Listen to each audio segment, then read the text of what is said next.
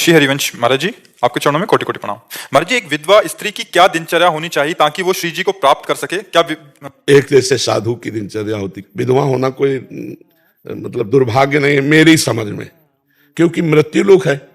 अब जितने दिन के लिए जो साथी आया था वो साथी चला गया, अब हम अपने असली साथी को खोज सकते हैं। मुझे अवसर मिला, जो अविनाशी पति है, जैसे मीरा जी कहती है मेरा चूड़ला तो अमर है, क्योंकि मेरे तो गिरधर गोपाल दूसरों न कोई, जाके सिर मोर मुकुट मेरो पति सोई। तो प्रातः से लेकर शयन तक, शयन से लेकर प्रातः तक अगर ब्रह्मचर्य का पालन करे, क्योंकि भगवान ने अवसर दिया है, ब्रह्मचर्य पालन करे, शास्त्रों का स्वाध्याय करे, नाम जप करे, और समाज से हटकर एकांत में जैसे सन्यासी साधना करते ऐसी साधना करो तो अपने कुल परिवार को भी तार देगा और स्वयं तर जाएगा। क्योंकि जीव न स्त्री है न पुरुष है, ये तो कुछ समय के लिए मिला हुआ है, न कोई किसी का पति न कोई किसी की पत्नी है। नाटक मंच पर माया के द्वारा ये रचित शरीरों के संबंध है, वो गया, उसका संबंध इतने दिनों तक था, अब परमात्मा से संबंध कर लो, अब भगवान से संबंध कर लो। हमें लगता है हर परिस्थिति का सदुपयोग करना चाहिए, दुरुपयोग नहीं। अब ये परिस्थिति, जैसे आप बहुत गंभीर मुद्रा में इस बात को समझना चाहती हैं, तो ये परिस्थिति का सदुपयोग है, पर ये बहुत धैर्यशाली की बात है।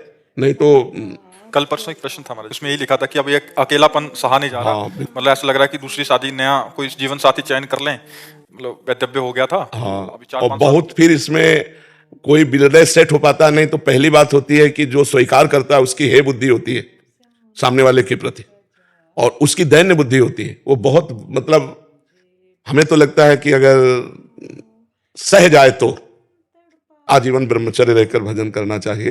कितने बच्चे बच्चियां भजन कर रहे हैं जिन्होंने ब्याह ही नहीं किया है, और 18, 16, 15, 25, 24 सब नौजवान हैं, और सब हाथ में माला, कंठी तिलक, किसी को देखेंगे भी नहीं, किसी को देखेंगे भी नहीं। कोई ऐसा नहीं कि मोबाइल रखती हो या किसी भी तरह का संसारिक आधुनिक कोई भी आधुनिक सुविधाएं नहीं है, बस वो भगवान के लिए जीवन। तो हमें लगता है कहीं ना कहीं भगवान ने कृपा करी और मुझे अपनी तरफ घसीटने का अवसर दिया, ऐसा हमें सोचना चाहिए। हमें ये नहीं सोचना चाहिए कि हमारा दुर्भाग्य है कि हमारा पति चला गया, अब मैं श्री कृष्ण को रिझाऊंगी और जन्म जन्म उन्हीं, वो अविनाशी हैं, जन्म जन्म उन्हीं की होकर रहूंगी। जो बड़ी बड़ी ऐसी महान भक्ता हुई हमारे देश में जिन्होंने भगवान को रिझा लिया, पर बच के रहे, क्योंकि आकर्षण बहुत बुरा होता है। समाज में रहना है, वो आकर्षण है, पर अगर भक्ति शुद्ध है तो कोई परास्त नहीं कर सकता, नहीं तो बहुत कठिन है। क्योंकि अपने मन को बहुत काल तक किसी सीमा में बांधे रखना बहुत कठिन होता है। जैसा इन्होंने प्रश्न किया कि अब अकेलापन खाया जाता है, वो अकेलापन अगर दूर करने की बात भगवान से हो गई तो निभ सकता है, अन्यथा भी बहुत कठिन है निभ पाना। वो मन हमारा खुद हमको गिरा देगा। महाराज जी, प्रसंग चल रहा है इसलिए पूछ रहे हैं। महाराज जी, जैसे नवीन अवस्था में अगर वैधव्य आ जाता है महाराज जी, तो क्या ससुराल से माँ बाप के घर में रहना ज्यादा उचित रहेगा? अब ऐसे माँ बाप उदार मिले, भाई उदार मिले तो है, क्योंकि माँ बाप जो बोझा समझते थे वो दोबारा कैसे स्वीकार कर सकते हैं? उनको बोझा ही लगेगा ना। लड़की अगर भाभी है, भैया है, उसे प्यार नहीं देंगे तो माँ बाप तो कुछ दिन के रह गए ना, वो जिंदगी भर टार्चर करें। तो इससे अच्छा है कि वो ससुराल में व्यतीत करे। अगर वहां भी जीवन सही ना दिखाई दे तो आजकल समृद्ध भारत है, कोई नौकरी कर लो और स्वयं एक कमरा ले लो किराए का और स्वयं रहना सीखो।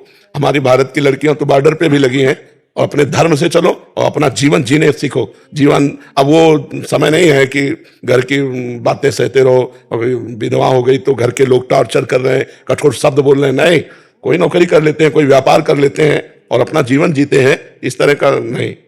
और जो बहुत कम अवस्था में शरीर जिनका पति का पूरा हो गया, मानो अभी ब्याह किया और शरीर पूरा हो गया, तो सब कोई ब्रह्मचर्य तो नहीं रह सकता। उनसे हम प्रार्थना यही करेंगे कि अपने जीने का रास्ता निकाल लें, क्योंकि व्यभिचार से अच्छा है किसी एक पुरुष का वर्ण करके और धर्म पूर्वक चला जाए।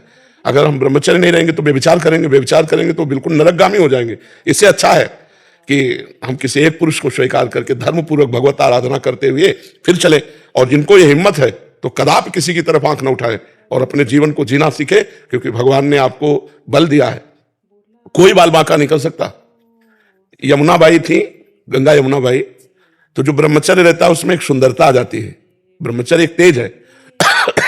तो सम्राट अकबर का भांजा अजीज बेग उसका नाम था, वो दौड़े पे आया हुआ था आगरे, तो यहां वृंदावन आया हुआ था। उसने देखा इतनी सुंदर स्त्री और 9 युवती और वस्त्र गंगा यमुना स्नान से शरीर में लिपटे हुए थे, तो उसने जो उसके साथ थे आदेश किया कि इसको हमारी सेवा में भेजा जाए।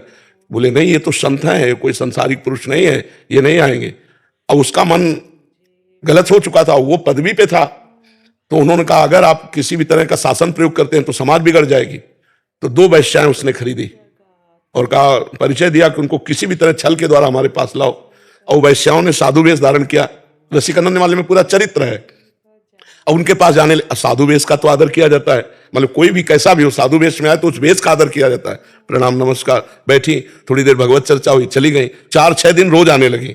फिर एक दिन नहीं आई, फिर दूसरे दिन गई। तो पूछना बनता है ना, बोले सखी आप कल नहीं आई थी? तो उनका हमारे यहाँ बहुत बड़े संत आए हैं, तो उनकी सेवा में विधि थी, थोड़ी छुट्टी लेकर मैं आपसे मिलने आई हूं। तो उनका संत आए हैं, बोले बहुत बड़े संत है, रात दिन भजन में लगे रहते हैं, आप चलेंगे दर्शन करने?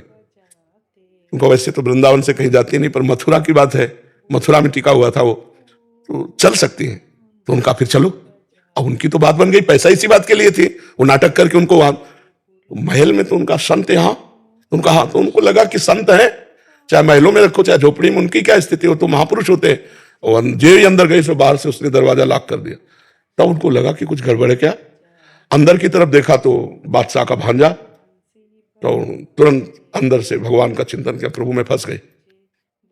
अब माया का जाल, तो जो ही सामने बढ़ा तो उनका एक दूर, स्पर्श भी मत कर लेना, नहीं तेरा सर्वनाश हो जाए। अब वो कहाँ है बातें समझने वाला, बस उन्होंने श्री हरिवंश श्री हरिवंश श्री हरिवंश। तो उसको दिखाई दिया सिंह, और ऐसा दहाड़ा सिंह कि वो मूर्छित हो गया। और वो सखी अंतर ध्यान, और वृंदावन में रसिकानंद माल में देख लेना, जे भगवान को पुकारा, भगवान ने अद्भुत लीला कर तुम अन्यथा कर तुम। अब इतनी चीख कि वैश्याओं ने भी दरवाजा खोला, और जब जाके देखा तो बस भयभीत था। तो कहा क्या हुआ, तब सारी घटना तो कहा, कह रही थी वो संत हैं। तो बोले हमको एक बार ले चलो, नहीं मेरे प्राण व्याकुल हो रहे। लाए, साष्टांग दंडवत किया और कहा देवी मेरी गलत भावना थी, मुझे क्षमा करो। और बहुत सी भेंट रखी, उनका भेंट की जरूरत नहीं, तुम भेंट ले जाओ। बस एक बात ध्यान रखना, जो भजन करने वाले ब्रज क्षेत्र में, उनकी तरफ आंख उठा के मत देखना, भगवान उनकी रक्षा करते हैं। तो जो धर्म से चलता है भगवान उसकी रक्षा करते हैं। इसलिए हम तो प्रणाम करते हैं जो ऐसी स्थिति में अपने जीवन को बचा के भगवान को समर्पित कर दे। पर है कठिन, है कठिन। अगर निर्वाह कर ले जाओ तो असंभव नहीं है। पहले बहुत सी ऐसी माताएं बहनें हो चुकी हैं जो भजन के प्रताप से जीवन को पवित्र रखते हुए भगवान को समर्पित किया है। दोस्तों, मेरी वीडियो अच्छी लगी हो तो चैनल को सब्सक्राइब करना, लाइक करना और कमेंट करना ना भूलें।